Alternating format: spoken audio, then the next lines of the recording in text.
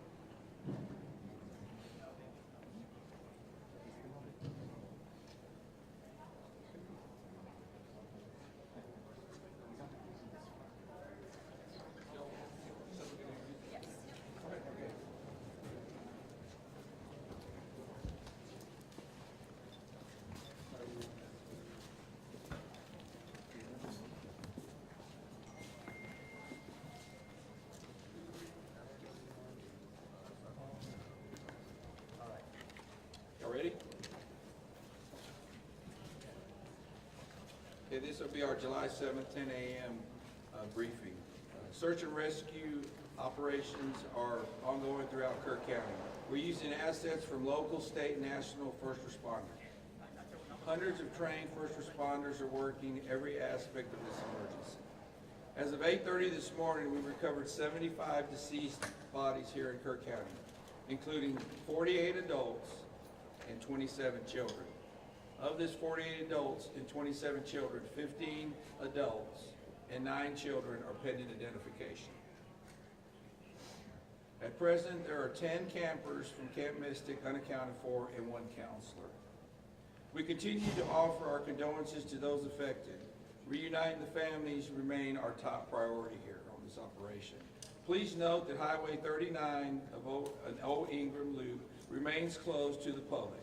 Other than those who live in that area would not be allowed out there. I will now turn it over to City Manager Dalton Rice. Good morning, Dalton Rice, the City Manager for the City of Kerrville. As everybody knows, we are working in conjunction with the city under a unified command response, and again, a lot of devastation. Our hearts go out to the families and the victims. We want to continue to work together as a community. We love the media support on this to be able to communicate that message, communicate family, communicate togetherness, and we really appreciate all the support in helping us be able to do that.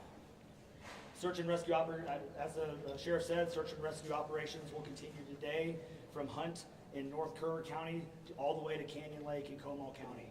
Now, we're only focused on the Kerr County side, but we wanted to talk about that because for a linear from Hunt all the way to Comal County in a straight line distance is over 100 kilometers. This is a massive field that is happening, and again, this is unprecedented flood events. So we are still currently in the primary search phase, which is the rapid one. They are running it, we have different segments that are gridded out. Each one of those segments are taking anywhere between an hour to 3 hours, up to 2 kilometers for each segment. So what that means is they're running into a lot of technical challenges with terrain, with water, even potentially, with weather, in the rising fields. We've talked about this before. Volunteers stay out of the way because if we start getting weather reports and all, and all the other complications that are out there, we then have to pull off of those search and rescue missions to be able to communicate to those volunteers to get off, to make sure that they don't become victims themselves. Those operations involve 19 different local and state agencies, in addition to conducting primary and secondary searches. They will be conducting welfare checks on areas in North Kerr County impacted by power outages. And when we say search and rescue operations, that is boat, walking, on the ground, dogs, drones. Again, keep personal drones out of the air. Helicopters. We do have other assets that are continuing to search as well. As of present, KPUB, which is the Kerrville Public Utility Board, is reporting continued power outages between Hunt and Ingram along the South Fork of the Guadalupe River in Hunt. In the South Fork area, there are approximately 40 down power lines and significant infrastructure damage. KPUB has brought in additional utility personnel to help with restoration, but it's not possible at this time when the power is going to be restored. There are some substations along with those power lines that we are still trying to get access to just from debris buildup or them being completely wiped out. So we do not have an estimated time on when those are going to be fixed. We continue to have substantial number of requests for volunteers, as I said before, and donation opportunities.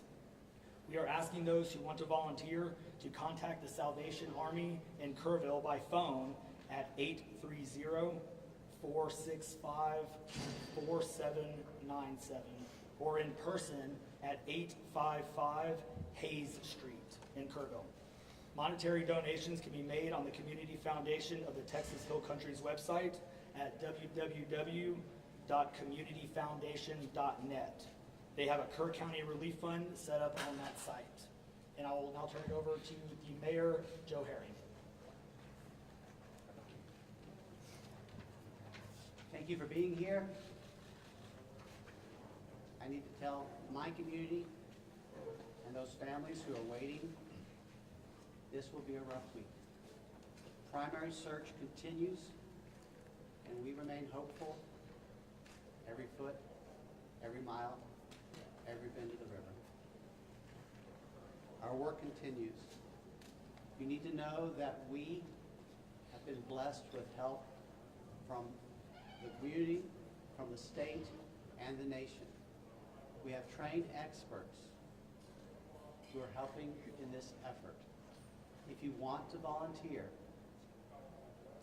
it is important that you contact Kerrville Salvation Army and register. Dalton gave that number, but I'm going to give it again. 830-465-4797. We need focused and coordinated volunteers, not random people just showing up and doing what they do. We need to work together. As Dalton said, donations have been flowing in from around the world to the Community Foundation. Again, that website is communityfoundation.net. Please follow the City of Kerrville's Facebook page for updates. They're accurate. We take a lot of time to make sure we send out information that will be helpful, not only to residents, but to those who are visiting. I've said this 100 times, and I will say it again. We need your prayers. We need your prayers. Thank you. And now, Senator Ted Cruz.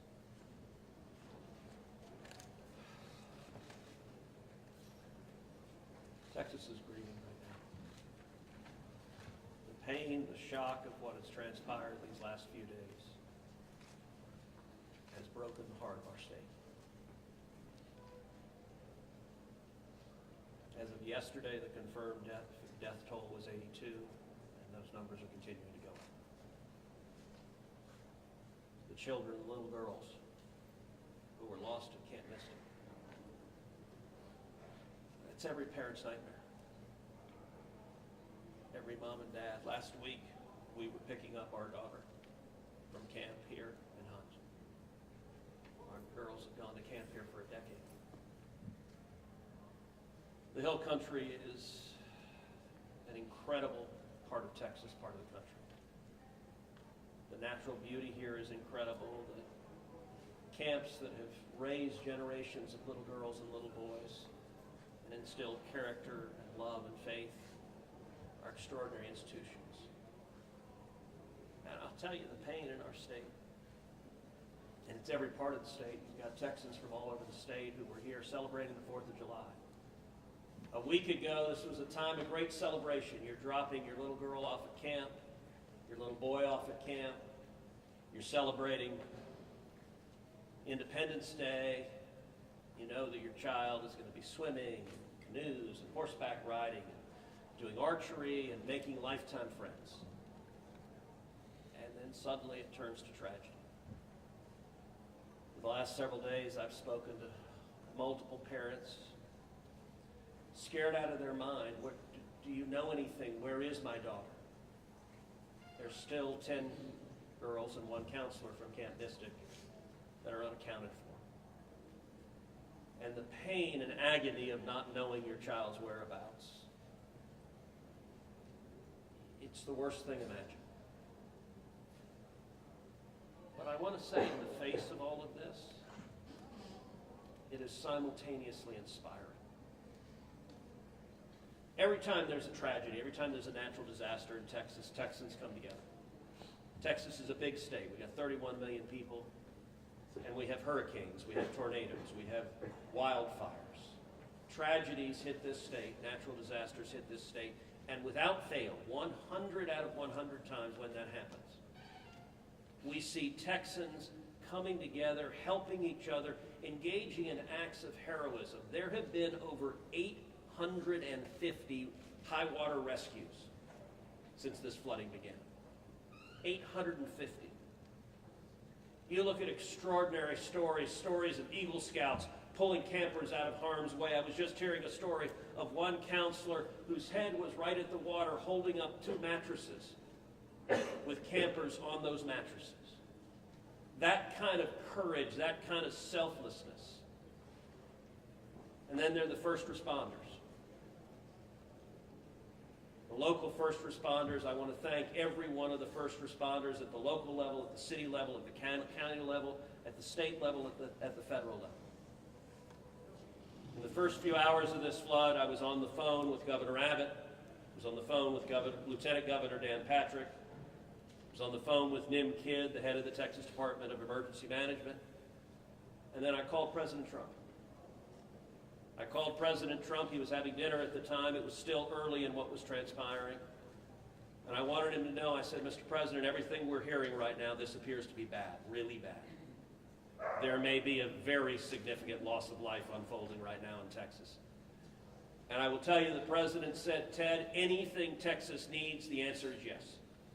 Whatever assets you need, whatever resources you need, yes, let us know, and we will provide everything. Within hours, we had helicopters, over 12 helicopters in the air. National Guard, DPS, game wardens, Coast Guard, doing search and rescue, reaching down. We've all seen the videos of little girls being pulled up, hoisted out of harm's way. Incredible courage and heroism. Search and rescue is the first stage. But the process of coming together and rebuilding is going to take longer. And I will say to all the grieving families, to all of those who've gotten the worst news imaginable, that your little girl, she's gone. I will say for many of us, those are friends and neighbors who've lost children. Got multiple kids who go to school with my girls.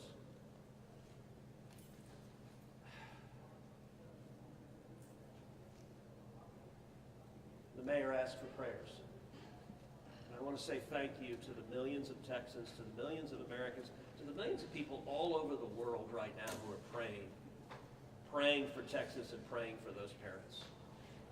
Going through this grief, it is going to take love, it is going to take friends and family embracing and hugging and holding them while they weep. And it's going to take the church. With every disaster, one of the things we see here in Texas is the church steps up and the church helps and the church feeds and clothes and comforts. This morning I met with a group of chaplains who've been going through the incredibly difficult process of talking to mom and dad after mom and dad who just lost the most precious person they ever knew. And those chaplains are just trying to love them and show God's love. So I want to say we will come through this. To those in the midst of grief right now, that might seem hard to fathom. But Texas will come through this. And I just want to say thank you. I want to say thank you to these gentlemen here who are working. They are not sleeping. They are working every day. Thank you to the families. Thank you to the Salvation Army. Thank you to everyone who is just reaching out and saying, how can I help? We will come through this, and we'll come through this together. Thank you. And now we'll take questions. Senator, you talked about how you know kids here, how you've taken your own kids to camp. Was it ever communicated to you that there was a need, that it was a priority to have a warning system so people had a chance to escape something like this? Well, listen, I think anytime you're dealing with major rivers, there's a risk of flooding, and there's always been a risk of flooding, particularly on the Guadalupe River. I will say, in the wake of every tragedy, there are things that are predictable. One of the things that's predictable is that you see some people engaging in, I think, partisan games and trying to blame their political opponents for a natural disaster. And you see that with a hurricane, with a tornado, with a wildfire, with this flooding, where people immediately say, well, the hurricane is Donald Trump's fault.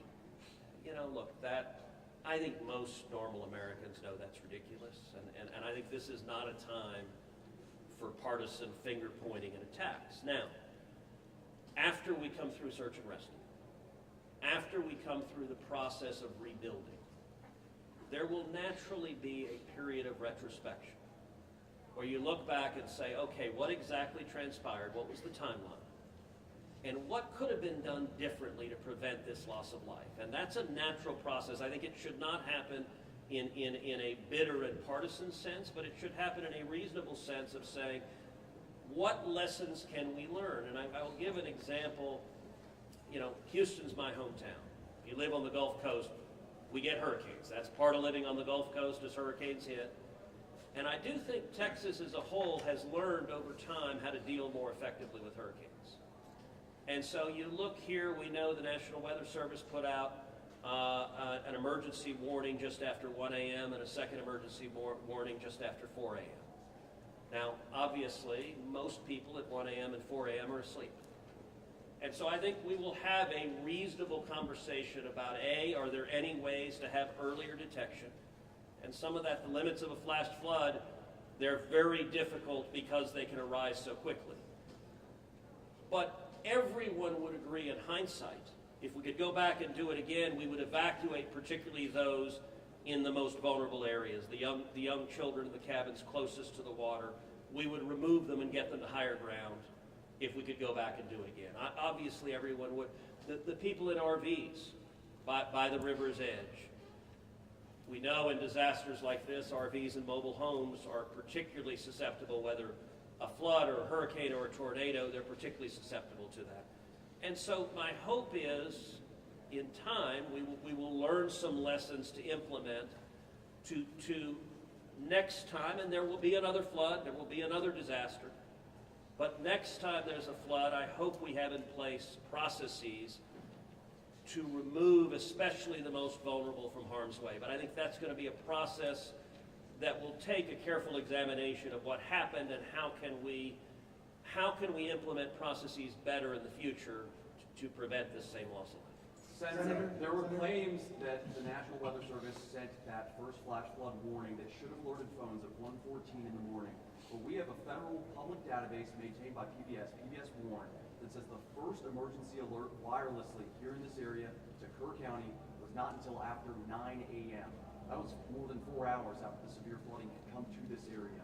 Did you know that? Have you seen that? And what's your response, knowing the state and cuts to NWS in recent months by this administration? So I don't know the source for what you're saying. All of the public reporting I've seen is that there were 2 alerts that went out, one just after 1 a.m., one after 4 a.m. You know, I can tell you, I talked about the partisan finger pointing.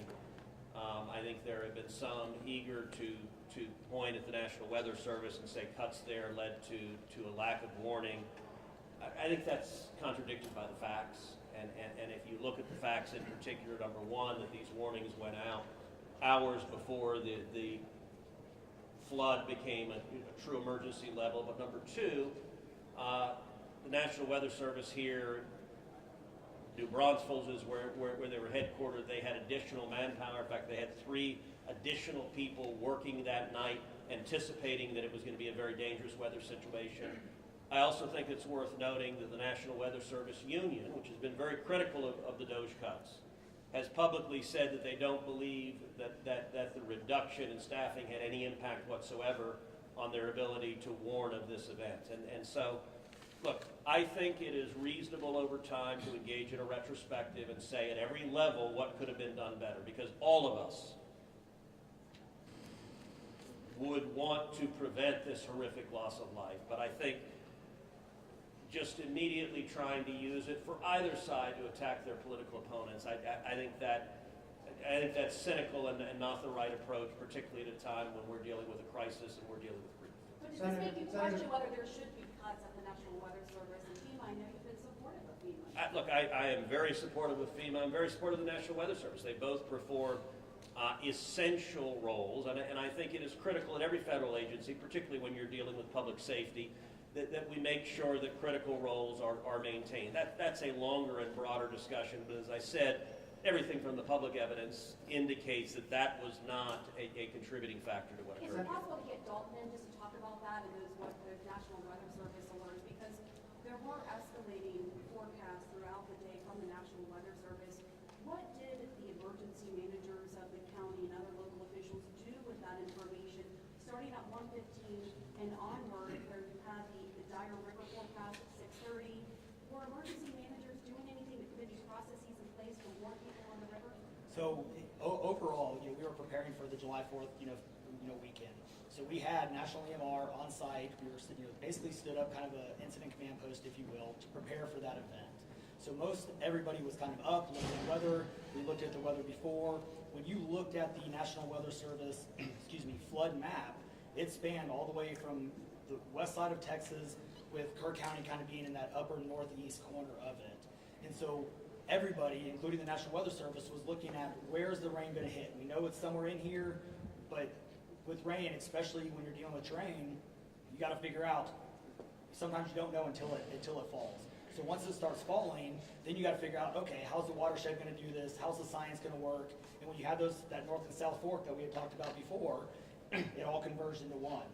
We do know that a lot of the camps were looking at this just as much as everybody was. With the rainfall percentages, even the National Weather Service had looked at, and don't quote me on the numbers, but it was anywhere between 1 to 7 inches.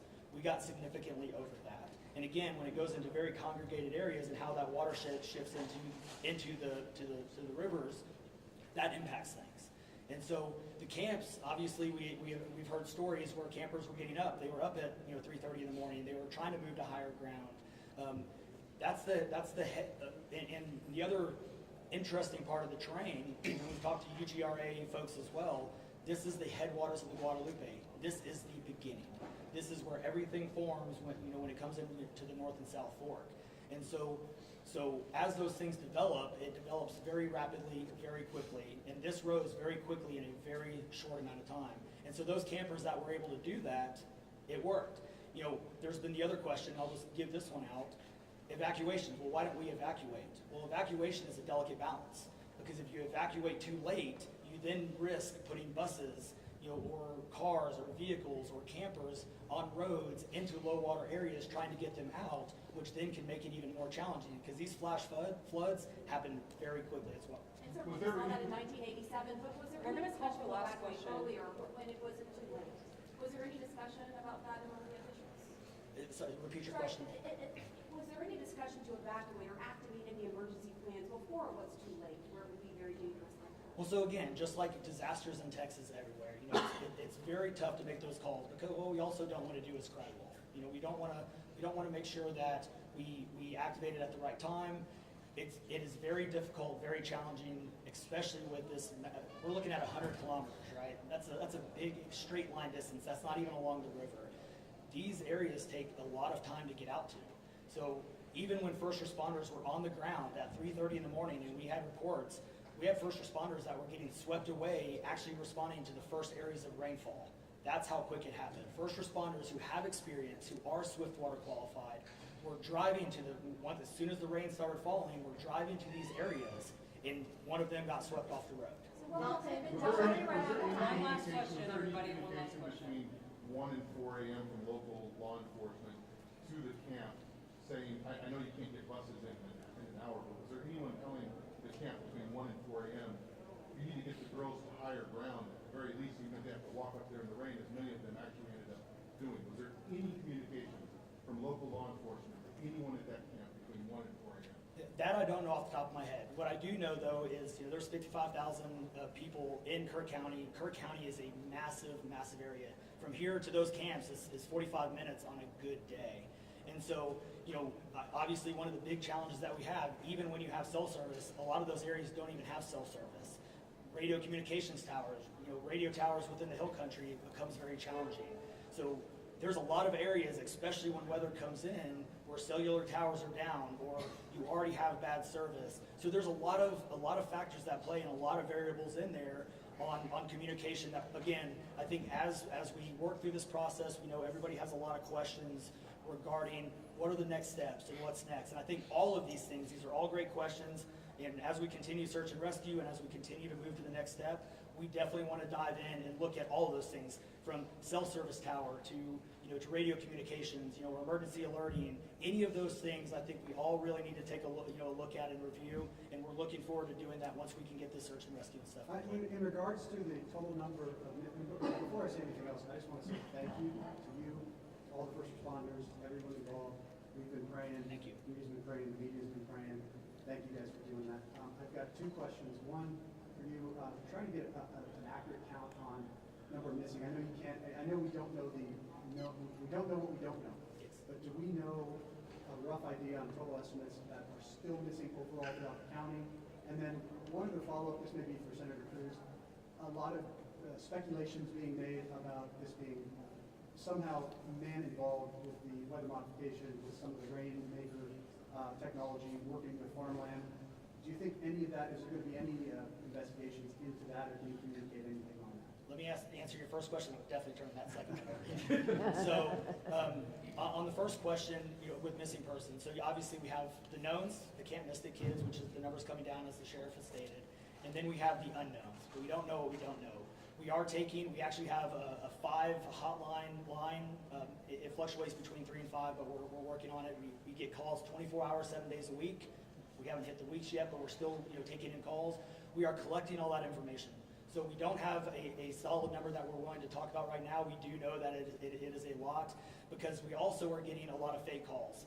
You're looking. This is a worldwide discussion, and we're dealing with scammers. Victims' families are being reached out to, saying that they have their kids pay me money. It's heartbreaking. It's absolutely heartbreaking. We're dealing with with mental health issues, where people are calling saying they have visions. All of these things we're dealing with on a day-to-day basis, and we're having to vet this information, and it becomes very taxing on our people. Again, this is an extremely heartbreaking. This is, if not the worst, one of the worst disasters in this region in a very, very long time, even beyond 1987. And so, but we're Would best estimate like dozens or hundreds, or just to give people an idea? a lot. So. At what point do you think The follow-up, yeah. Yes. the follow-up question. Yeah, And there- not to get into the weeds on, people were asking lots of questions, and where should we start the investigations after? to the best of my knowledge, there is zero evidence of anything related to anything like weather modification. And look, the internet can be a strange place. People can come up with